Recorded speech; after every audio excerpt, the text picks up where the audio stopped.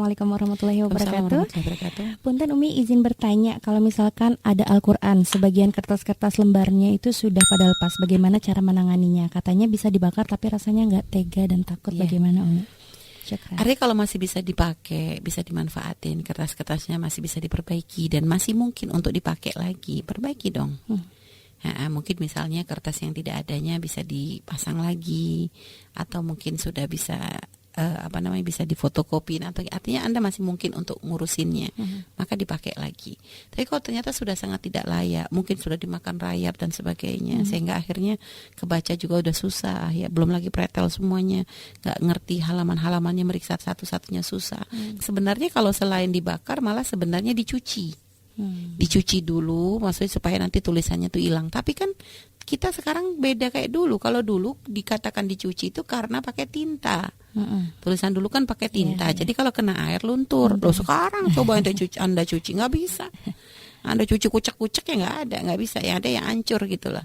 Malah nanti kalau takut nyucinya nanti dibawa ke sungai nanti malah ada orang buang malah ini lagi lah, lebih panjang lagi ceritanya. Ya kalau nggak tega ya gimana lagi solusinya? Karena daripada nanti keleleran dimakan tikus, karena nanti kalau tidak layak begitu kan pasti Anda naruhnya di tempat yang nggak ini.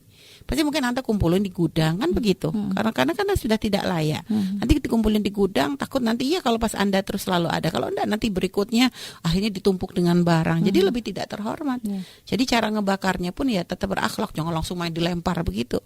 Mungkin ada cari wadah kayak drum gitu, drum bekas atau apalah barang-barang stainless atau apa yang bisa tahan panas gitu kan. Jadi Al-Qur'annya ditaruh di situ dan nanti dibakar supaya nanti ya ibaratnya ya tetap caranya pun terhormat begitu ya. Jadi bukan dikumpulin dengan langsung dilempar dengan tempat sampah atau gimana.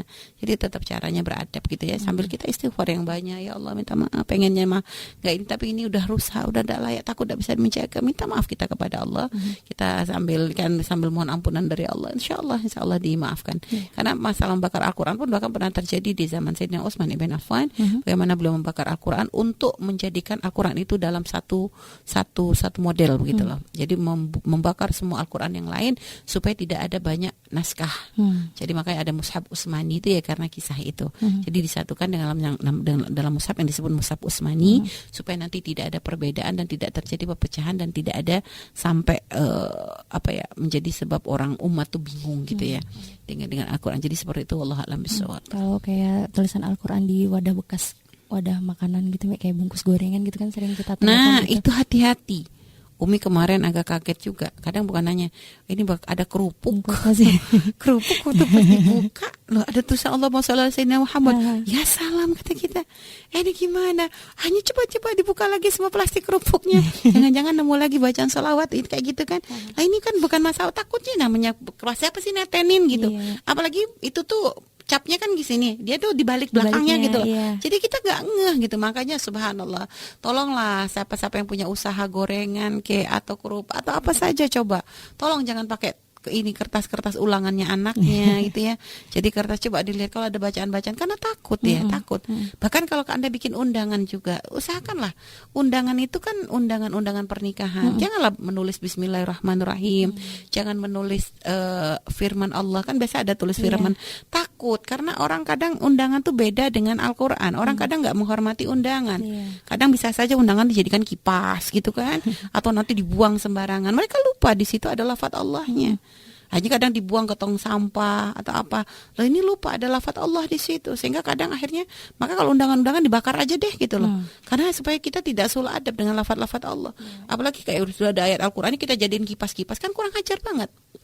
Makanya para akhwat ya, subhanallah, hal-hal begini nih pakai hati deh, pakai hati. Sampai kami punya guru tuh Habib Abdullah Baharun itu paling nggak suka ya kalau kita misalnya ngirim paketan dari Indonesia ke beliau gitu, itu beliau ngelarang kita menulis nama beliau.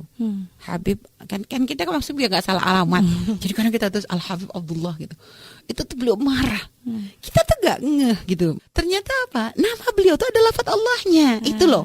Abdullahnya itu loh, Allahnya ini loh. Beliau bukan masalah nama beliau, minta penghormatan untuk nama beliau. Masalahnya di nama beliau ada lafaz Allahnya.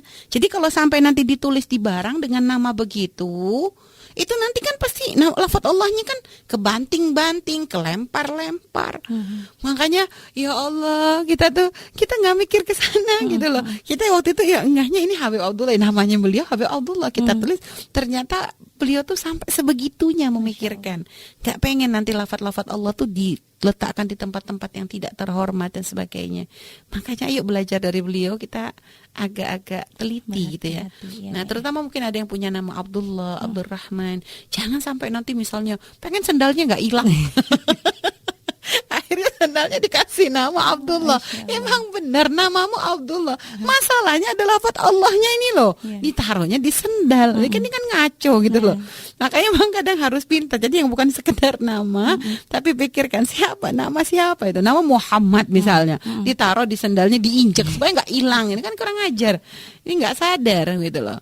Ya, kalau kita yang diinjek gak masalah, kita tuh siapa. Tapi nama Nabi Muhammad, lafdzul jalalah, ini harus ada penghormatan khusus. Jadi seperti itu, wallahu a'lam bishawab.